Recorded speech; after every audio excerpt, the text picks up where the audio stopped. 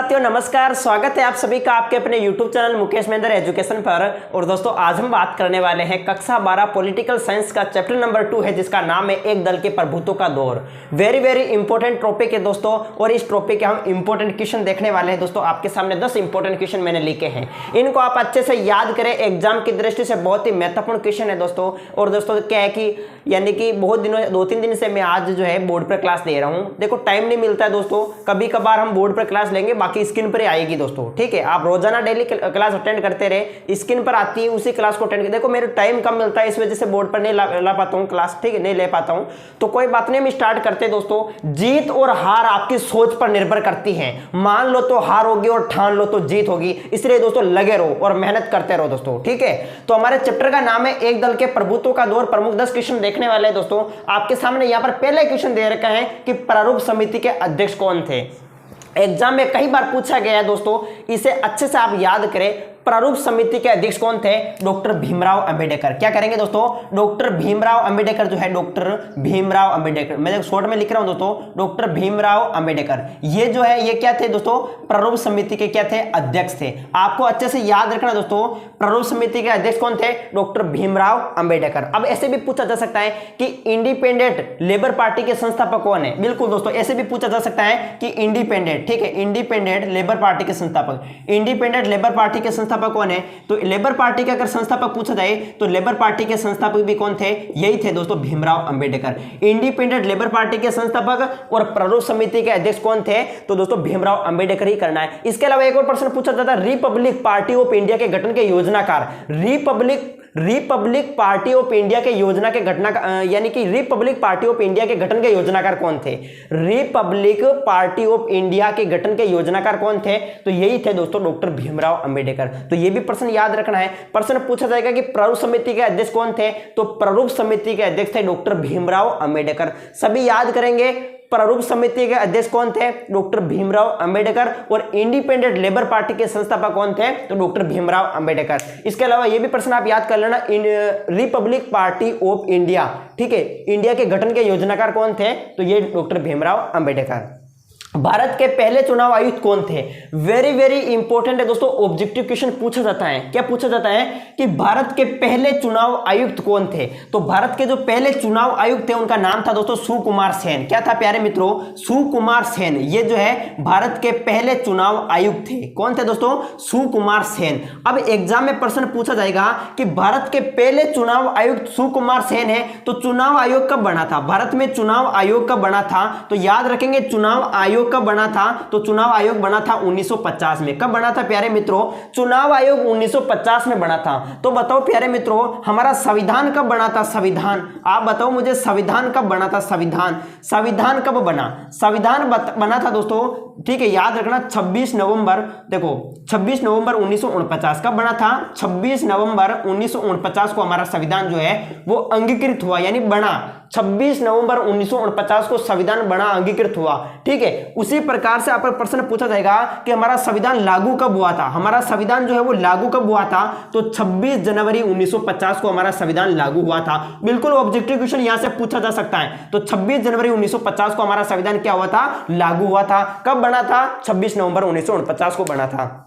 मैंने यहां पर आपके सामने लिखा कि प्रारूप समिति के अध्यक्ष थे डॉक्टर भीमराव अंबेडकर। तो संविधान सभा के अध्यक्ष कौन थे? संविधान सभा के अध्यक्ष कौन थे? तो याद रखना, डॉक्टर राजेंद्र प्रसाद। वो भी प्रश्न पूछा जा सकता है। ठीक है, संविधान सभा की पहली बैठक कब हुई थी? 9 दिसंबर 1946 को। संविधान सभा की पहली बैठक हुई थी 9 दिसंबर 1946 को, ये याद रखना है। अब दोस्तों ये प्रमुख प्रश्न आपको याद रखना है कि भारत के पहले चुनाव आयुक्त थे सुकुमार सेन, और चुनाव आयोग बना था 1950 में। इसके अलावा हमारा संविधान बना था 26 नवंबर 1949 को, और लागू कब हुआ था? 26 जनवरी 1950 को। ये कुछ पॉइंट है जो एग्जाम की दृष्टि से महत्वपूर्ण है, आप इन्हें अच्छे से याद करें दोस्तों। अब आपके सामने मैंने लिया है दोस्तों कि तीसरा चुनाव में कांग्रेस ने कितनी सीटें जीती। आपको पता होगा दोस्तों, 3 चुनाव होते हैं, तीनों चुनाव में कांग्रेस को भारी बहुमत मिला था दोस्तों। तीनों चुनाव में कांग्रेस की जीत होती है। तो देखिएगा, ये प्रश्न भी ऑब्जेक्टिव क्वेश्चन पूछा जा सकता है। आपको क्या पूछा जा सकता है? इस प्रकार से पूछा जा सकता है कि भारत का पहला चुनाव कब हुआ था। बिल्कुल दोस्तों, भारत का पहला चुनाव कब हुआ था। देखो मैं बात करता हूं प्रमुख दोस्तों कांग्रेस के प्रभुत्व, कांग्रेस के प्रभुत्व की, यानी 3 चुनाव में जो है कांग्रेस जीतती थी। जैसे मैं बात करता हूं पहला चुनाव हुआ था 1952 में। हमने देखा कि चुनाव आयोग कब बना था? चुनाव आयोग बना था 1950 में। चुनाव आयोग कब बना था? चुनाव आयोग बना था 1950 में। लेकिन प्रश्न पूछा जाएगा कि भारत का पहला चुनाव कब हुआ? तो भारत का पहला चुनाव 1952 में हुआ था। दूसरा चुनाव कब हुआ था? दूसरा चुनाव हुआ था 1957 में। कब हुआ था? 1957 में दूसरा चुनाव हुआ था। तीसरे चुनाव की बात करें तो तीसरा चुनाव हुआ था 1962 में। कब हुआ था प्यारे मित्रों? 1962 में तीसरा चुनाव हुआ था। अब प्रश्न ऐसे भी पूछा जा सकता है कि पहला चुनाव 1952 में हुआ, दूसरा चुनाव 1957 में हुआ, तीसरा चुनाव 1962 में हुआ, तो पहले चुनाव में कांग्रेस ने कितने सीटें जीती? पहले चुनाव में कांग्रेस ने सीटें कितनी जीती थी प्यारे मित्रों? 364 सीटें जीती थी, याद रखना। और दूसरे चुनाव में कांग्रेस ने 371 सीटें जीती। ठीक है, 371 सीटें जीती। और 1962 में यानी तीसरे चुनाव में जो है कांग्रेस ने कितनी सीटें जीती? तो तीसरे चुनाव में 361 सीटें जीती। दोस्तों ये आपको याद रखना है। यानी तीनों चुनाव में जो है कांग्रेस को भारी बहुमत मिला। तीनों चुनाव में जो है कांग्रेस की जीत होती है दोस्तों। तो ये प्रश्न यहां पर ऑब्जेक्टिव पूछा जा सकता है कि हमारा चुनाव आयोग कब बना था, पहला चुनाव कब हुआ था, ठीक है, तीसरे चुनाव में कांग्रेस ने कितने सीटें जीती थी। इस प्रकार से यह प्रश्न आपको याद रखना। पहला चुनाव 1952 में हुआ, दूसरा चुनाव 1957 में हुआ, तीसरा चुनाव 1962 में हुआ। पहले चुनाव में कांग्रेस ने 364 सीटें जीती, दूसरे चुनाव में कांग्रेस ने 371 सीटें जीती और तीसरे चुनाव में कांग्रेस ने 361 सीटें जीती। कहने का मतलब है कि तीनों चुनावों में कांग्रेस को भारी बहुमत मिला था। ठीक है, अब दोस्तों प्रमुख अगला क्वेश्चन आपके सामने क्या दे रखा है? अगला क्वेश्चन दे रखा है कि पहले चुनाव के दौरान कौन कौन सी समस्याएं आई हमारे सामने। देखो हमने देखा कि चुनाव आयोग 1950 में बना, चुनाव आयोग 1950 में बना था। पहला चुनाव हुआ था 1952 में। तो पहले चुनाव के दौरान क्या क्या प्रमुख समस्या आई, ठीक है, क्या क्या हमारा संविधान, हमारा चुनाव ही पहली बार यानी 1952 में हुआ, तो फिर 1952 में हमारे सामने क्या क्या प्रमुख समस्या आई। तो यह प्रश्न इस एग्जाम में पूछा जा सकता है। तो पहला चुनाव 1952 में हुआ, कांग्रेस ने 364 सीटें जीती। प्रमुख समस्या की बात कर लेते हैं कि पहले चुनाव के दौरान प्रमुख क्या क्या समस्या है। आपको पता है दोस्तों, देखो देश की विशाल आबादी थी, देश का बड़ा आकार था, विशाल आबादी थी, तो 17 करोड़ मतदाता थे। कितने करोड़ मतदाता थे प्यारे मित्रों? 17 करोड़ मतदाता। कहने का मतलब है कि 17 करोड़ मतदाता यानी वोट देने वालों की संख्या कितनी थी? 17 करोड़। अब दोस्तों 17 करोड़ मतदाता थे, तो इतने ज्यादा जनसंख्या, तो उनकी मतदाता सूची बनाना, उनका सीमांकन करना, ठीक है, तो सीमांकन करना, मतदाता सूची बनाना, उस समय टेक्नोलॉजी यानी प्रौद्योगिकी का भी अभाव था। साथ ही दोस्तों चुनाव का प्रचार प्रसार करना, ठीक है। तो क्या हुआ प्यारे मित्रों? मतदाता सूची बनाते समय क्या हुआ? मतदाता सूची बनाते समय क्या हुआ? गलत नाम दर्ज हुए। क्या नाम दर्ज हुए प्यारे मित्रों? गलत नाम दर्ज हुए। अल्लाह की बेटी, फल्ला की बीबी, इस तरीके से गलत नाम दर्ज हुए। क्योंकि 17 करोड़ मतदाता थे, टेक्नोलॉजी का अभाव था, तो चुनाव आयोग ने इसे मानने से इंकार कर दिया।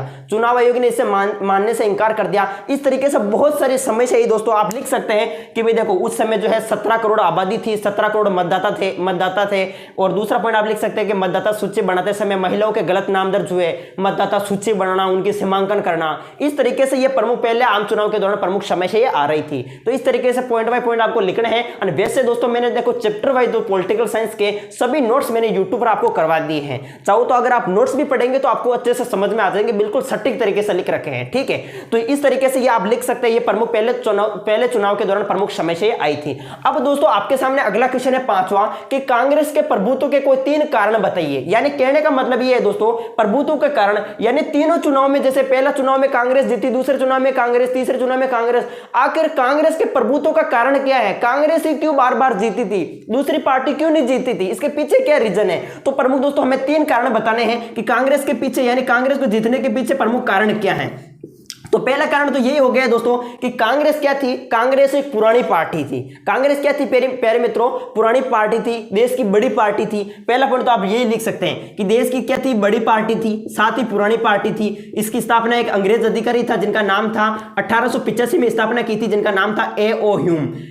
ह्यूम यानी एलन ऑक्टेवियन ह्यूम। इन्होंने 28 दिसंबर 1885 को कांग्रेस की स्थापना की थी। तो पहला पॉइंट तो आप यही लिखेंगे दोस्तों कि कांग्रेस के प्रभुत्व के कारण यानी कांग्रेस ही क्यों बार बार जीती थी। तो पहला आप लिखेंगे कि देश की बड़ी पार्टी थी।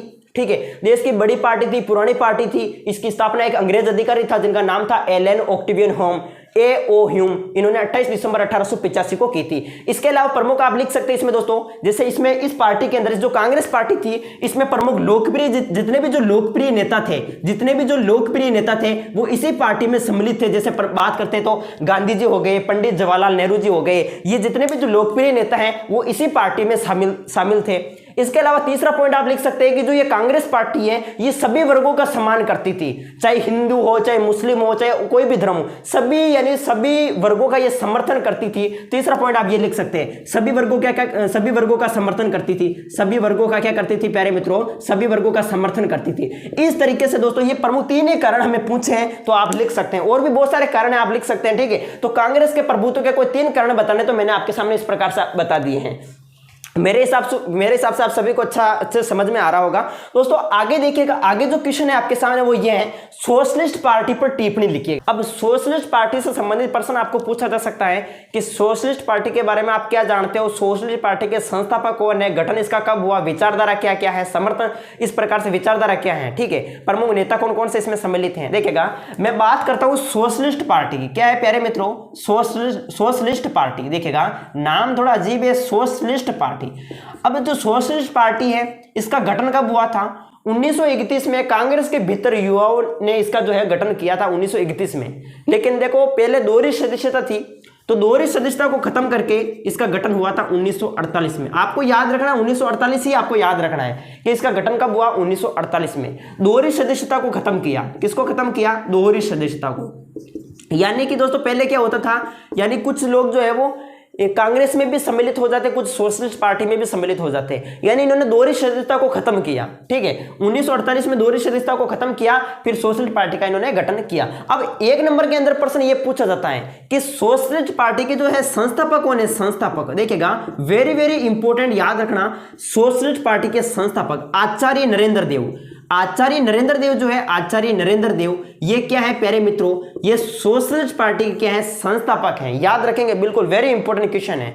और ये जो इसकी विचारधारा क्या है, ये जो सोशलिस्ट पार्टी है इसकी विचारधारा क्या है? इसकी प्रमुख विचारधारा है ये दोस्तों, ये यानी किसका समर्थन करती है? समाजवाद का। ये समाजवाद का समर्थन करती है, ये समाजवाद को सही मानती हैं। ये साम्यवादी जो विचारधारा है जो सोवियत संघ ने अपना रखी थी उस विचारधारा का ये समर्थन करती हैं। और दोस्तों ये कांग्रेस का विरोध करती है। क्या करती है प्यारे मित्रों? कांग्रेस का विरोध करती है। ये क्या कहती है? कांग्रेस का विरोध। ये कहती है कि जो कांग्रेस की जो पार्टी है, कांग्रेस पार्टी, ये अमीरों और पूंजीपतियों की पार्टी है। किसकी पार्टी है? अमीरों और पूंजीपतियों की पार्टी। यानी कहने का मतलब है विचारधारा है ये साम्यवादी विचारधारा का समर्थन करती है और कांग्रेस का विरोध करती है और कहती है कि कांग्रेस अमीरों और पूंजीपतियों की पार्टी है। तो ये विचारधारा में आपको लिखना है। इसके अलावा पहला पॉइंट तो हमारा ये हो गया, दूसरा पॉइंट ये हो गया, तीसरा पॉइंट आप ये लिख देना। चौथे पॉइंट की बात करता हूं तो ये जो सोशलिस्ट पार्टी है दोस्तों, ये जो पार्टी है टूट जाती है दोस्तों। कब टूटती है? देखिएगा पार्टी टूटती है दोस्तों, कब टूटती है? 3 भागों में टूट जाती है। कितने भागों में टूट जाती है?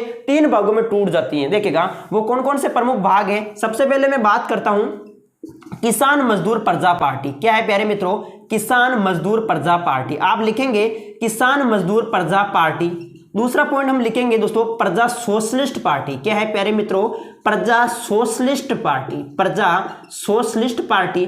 तीसरा पॉइंट आप इसी में लिखेंगे दोस्तों, देखिएगा प्रजा सोशलिस्ट पार्टी के बाद में है संयुक्त सोशलिस्ट पार्टी। देखो लिखने में थोड़ी, देखो यहाँ पर देखो लिखना आपको ध्यान रखना, सही ढंग से लिखना है, संयुक्त सोशलिस्ट पार्टी, ठीक है। मैंने यहाँ पर संयुक्त पार्टी लिख दिया, आप लिख सकते हैं। देखो 3 भागों में टूट जाती है दोस्तों ये पार्टी। सबसे पहले किसान मजदूर प्रजा पार्टी, प्रजा सोशलिस्ट पार्टी और संयुक्त सोशलिस्ट पार्टी। 3 भागों में ये जो पार्टी है टूट जाती है। ये चौथी बात आपको इस पार्टी से संबंधित याद रखना है। इसके अलावा पांचवें पॉइंट में आपको ये लिखना है कि जो सोशलिस्ट पार्टी है इसमें प्रमुख नेता कौन कौन से सम्मिलित थे। प्रमुख नेता की बात कर लेते हैं। प्रमुख नेता, तो प्रमुख नेता में हम बात कर लेते हैं दोस्तों। प्रमुख जैसे आप लिखेंगे जयप्रकाश नारायण है, जयप्रकाश नारायण है, अशोक मेहता है, जयप्रकाश नारायण, अशोक मेहता है, अशोक मेहता है, राम मनोहर लोहिया। इसके अलावा और भी बहुत सारे हैं, राम मनोहर लोहिया, अच्युत पटवर्धन है, ठीक है। तो इस तरीके से ये प्रमुख कोई आपको 2-3 नेताओं के नाम अच्छे से याद कर लेने हैं। ये भी नेताजी हो गए, जैसे आचार्य नरेंद्र देव, ये भी हो गए संस्थापक में, ठीक है। तो इस तरीके से ये प्रमुख पॉइंट आपको अच्छे से लिखने हैं दोस्तों। अगर एग्जाम में पूछ लिया जाए कि सोशलिस्ट पार्टी पर टिप्पणी लिखो, तो यही पॉइंट आपको एग्जाम में लिखने हैं अच्छे से, ठीक है। मेरे हिसाब से आपको अच्छे से समझ में आ गया होगा दोस्तों। अब मैं आगे बात करने वाला हूं दोस्तों, आपके सामने अगला क्वेश्चन है कि कम्युनिस्ट पार्टी कितने भागों में टूट जाती है। जो कम्युनिस्ट पार्टी है वो कितने भागों में टूट जाती है। आपको याद रखना है दोस्तों, कम्युनिस्ट पार्टी, सोशलिस्ट पार्टी, इसके अलावा हमारे सामने जनसंघ पार्टी भी आएगी, स्वतंत्र पार्टी भी आएगी, ठीक है। हम देखो वैसे स्वतंत्र पार्टी के बारे में जैसे राजस्थान बोर्ड वालों को नहीं पढ़ना है क्योंकि वो स्वतंत्र पार्टी हट गई है, ठीक है। बाकी स्वतंत्र पार्टी से रिलेटेड मैंने 10वां क्वेश्चन लिया है, राजस्थान बोर्ड वाले ना पढ़े क्योंकि इसमें ये टॉपिक हट गया है स्वतंत्र पार्टी वाला। चलो कोई बात नहीं, हम आगे बात करते हैं और बाकी पढ़ भी सकते हो दोस्तों जानकारी के लिए, ठीक है। हम यहाँ पर अब आगे बात कर लेते हैं कम्युनिस्ट पार्टी की। जो कम्युनिस्ट पार्टी है, यहाँ पर क्या पूछा है प्रश्न, कम्युनिस्ट पार्टी कितने भागों में टूट गई। जो कम्युनिस्ट पार्टी थी, कम्युनिस्ट पार्टी वो कितने भागों में टूट गई। कम्युनिस्ट पार्टी, ये देखो कम्युनिस्ट पार्टी जो है वो 1941 में कांग्रेस से अलग हो जाती है। कब अलग होती है? 1941 में अलग हो जाती है। कम्युनिस्ट पार्टी कितने भागों में टूट गई, तो ये भी दोस्तों ध्यान रखना है। कम्युनिस्ट पार्टी कब टूटती है? 1964 में टूट जाती है। कब टूट जाती है? 1964 में। ये 3 भागों में टूट जाती है दोस्तों, या सॉरी 3 भागों में नहीं, ये जो है कम्युनिस्ट पार्टी 1964 में टूट जाती है 2 भागों में। याद रखना, एक तो है communist party, communist CPI, communist CPI, और दूसरा भाग है कम्युनिस्ट सीपीआई, कम्युनिस्ट एम। याद रखेंगे दोस्तों, कम्युनिस्ट सीपीआई और कम्युनिस्ट एम ये पार्टी 1964 में टूट जाती है। यह प्रश्न आपको अच्छे से याद रखना है, ठीक है। तो कम्युनिस्ट पार्टी से संबंधित ये भी पॉइंट आप याद रखते हैं कि ये पार्टी कब टूटी? 1964 में टूटी। इसके अलावा देखो कम्युनिस्ट पार्टी सीपीआई और कम्युनिस्ट पार्टी एम के रूप में पार्टी के अंदर प्रमुख नेता भी आपको प्रश्न पूछे जाते हैं कि इस पार्टी में कौन कौन से नेता प्रमुख जैसे प्रमुख नेता थे। इसके अलावा दोस्तों प्रमुख आपको पूछा जाता है इसमें समर्थन करने वाले राज्य, कि जो कम्युनिस्ट पार्टी को कौन कौन से राज्य जो है वो समर्थन करते हैं। समर्थन करने वाले प्रमुख राज्यों की बात करते हैं तो इसमें जैसे आंध्र प्रदेश हुआ, ठीक है, आंध्र प्रदेश है, पश्चिमी बंगाल है, पश्चिमी बंगाल है, बिहार है, ठीक है, बिहार, और केरल भी है दोस्तों, केरल जो है ये भी समर्थन करता है।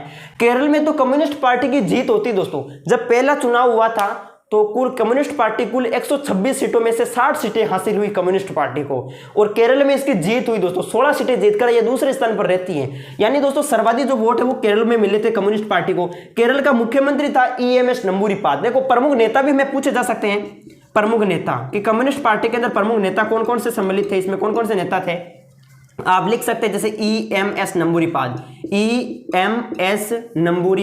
ठीक है, नंबूरीपाद, EMS नंबूरीपाद। इसके अलावा प्रमुख AK गोपालन है, AK गोपालन। कोई प्रमुख दोनों ऐसे भी प्रश्न पूछा जा सकता है कि कोई 2 कम्युनिस्ट पार्टी के कोई 2 नेताओं के नाम बताओ। तो फिर इस प्रकार से अगर याद रखने हैं आप सभी को, जैसे EMS नंबूरीपाद हो गए, AK गोपालन हो गए, और P सुंदरिया हो गए। इस तरीके से और बहुत सारे नेता हैं, PC जोशी, अजय घोष हो गए, ये प्रमुख नेता हैं। तो आपको सीधा सा याद रखना है कि कम्युनिस्ट पार्टी जाती है, कम्युनिस्ट पार्टी सीपीआई और कम्युनिस्ट पार्टी एम, और समर्थन करने वाले राज्य आंध्र प्रदेश, पश्चिमी बंगाल, बिहार और केरल में दोस्तों कम्युनिस्ट पार्टी की जीत होती है, ठीक है। आपको याद रखना, प्रमुख नेता की बात करें EMS नंबूरीपाद जो केरल के मुख्यमंत्री थे, और AK गोपालन है, PC जोशी हैं, अजय घोष हैं, P सुंदरिया हैं, इस तरीके से, ठीक है।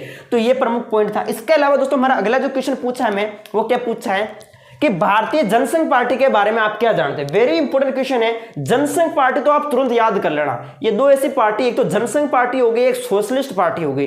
दोनों पार्टी वेरी वेरी इंपॉर्टेंट है और यहां से एग्जाम में प्रश्न छपता है। देखिएगा आपके सामने क्या क्वेश्चन है, भारतीय जनसंघ पार्टी के बारे में आप क्या जानते हो। भारतीय जनसंघ पार्टी, सबसे पहले तो प्रश्न यही पूछा जाएगा कि जो जनसंघ पार्टी है, भारतीय जनसंघ पार्टी, इसके संस्थापक कौन है, इसकी स्थापना कब हुई थी। जनसंघ पार्टी, जनसंघ पार्टी, देखिएगा जनसंघ पार्टी, भारतीय जनसंघ पार्टी। सबसे पहले बात कर लेते हैं इसकी स्थापना। भारतीय जनसंघ पार्टी की प्रमुख स्थापना कब हुई थी। तो याद रखना प्यारे मित्रों, भारतीय जो जनसंघ पार्टी है इसकी स्थापना होती है 1951 में। अब इसमें आप कंफ्यूज मत होना दोस्तों, 1951 में, 1948 में किसकी स्थापना हुई थी। भारत 1948 में किसकी हुई थी दोस्तों बताओ। सोशलिस्ट पार्टी की स्थापना हुई थी 1948 में और इसकी स्थापना हुई थी दोस्तों 1951 में। कब होती है इसकी स्थापना? 1951 में स्थापना होती है। अब देखो स्थापना 1951 में हो गई। अब इसके संस्थापक कौन है? वेरी वेरी इंपॉर्टेंट क्वेश्चन है। जो भारतीय जनसंघ पार्टी इसके प्रमुख जैसे संस्थापक, तो याद रखना श्यामा प्रसाद मुखर्जी, आपने नाम सुना होगा श्यामा प्रसाद मुखर्जी। ये जो श्यामा प्रसाद मुखर्जी है प्यारे मित्रों, ये जो है ये भारतीय जनसंघ पार्टी के क्या है? संस्थापक हैं। आप आगे नाम लगाना दोस्तों, भारतीय जनसंघ पार्टी, ठीक है। स्थापना 1951 में हुई, संस्थापक इसमें श्यामा प्रसाद मुखर्जी हो गए। प्रमुख नेता की बात कर लेते हैं। प्रमुख नेता कौन कौन से थे इसमें दोस्तों? एक तो श्यामा प्रसाद मुखर्जी ये हो गए, और भी आप लिख सकते हैं दीनदयाल उपाध्याय हो गए, दीनदयाल उपाध्याय। बलराज मधोक हो गए, ठीक है, दीनदयाल उपाध्याय, बलराज मधोक, ये प्रमुख इसमें नेता सम्मिलित थे। कोई 2 नेताओं के नाम आपको याद रख लेने हैं। अब दोस्तों प्रमुख देख लेते हैं, प्रमुख इसकी विचारधारा की। जो जनसंघ पार्टी है इसकी प्रमुख विचारधारा क्या क्या है? ये क्या करती है प्यारे मित्रों? ये पार्टी कहती है कि, और विचारधारा, हाँ ये क्या कहती है विचारधारा बाद में देखते हैं। सबसे पहले हम देख लेते हैं समर्थन करने वाले राज्य।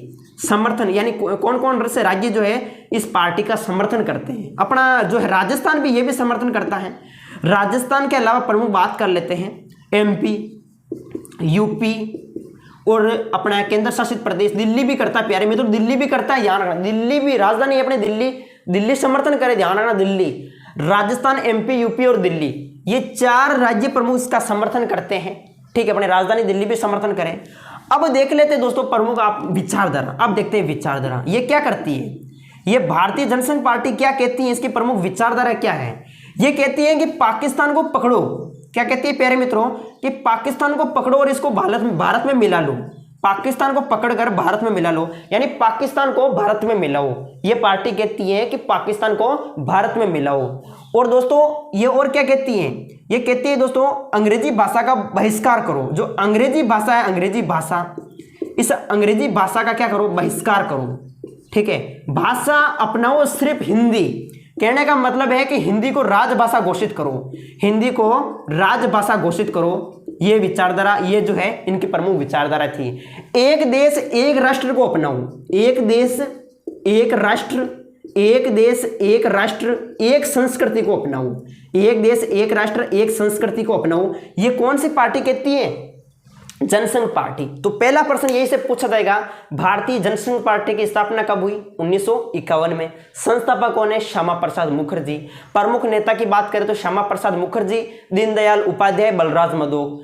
फिर पूछा जाएगा कि समर्थन करने वाले राज्य कौन कौन से हैं, तो इसमें आपको लिखना राजस्थान, MP, UP और दिल्ली। और इसकी विचारधारा क्या है? ये कहते हैं कि पाकिस्तान को भारत में मिलाओ और एक अखंड भारत बनाओ, हिंदी को राजभाषा घोषित करो, अंग्रेजी भाषा का बहिष्कार करो, ठीक है, और एक देश एक राष्ट्र एक संस्कृति को अपनाओ। ये कौन सी पार्टी की विचारधारा है? ऐसे प्रश्न पूछा जाएगा। तो ये अपने सोशलिस्ट पार्टी की विचारधारा है, याद रखना, ठीक है। आप याद रखना दोस्तों, आंध्र प्रदेश, पश्चिम बंगाल, बिहार और केरल, ये 4 राज्य किसका समर्थन करते हैं? कम्युनिस्ट पार्टी का। और यहां पर देखो Rajasthan, MP, UP Jana Sangh party का समर्थन करते हैं। तो ये प्रमुख पॉइंट आपको इस जनसंघ पार्टी के अंतर्गत याद रखने हैं। स्वतंत्र भारत के प्रथम शिक्षा मंत्री कौन थे? वेरी वेरी इंपॉर्टेंट है। स्वतंत्र पार्टी के क्या पूछा है? प्रथम शिक्षा मंत्री। अब देखो ये क्वेश्चन ऑब्जेक्टिव में पूछा जाता है। मौलाना अब्दुल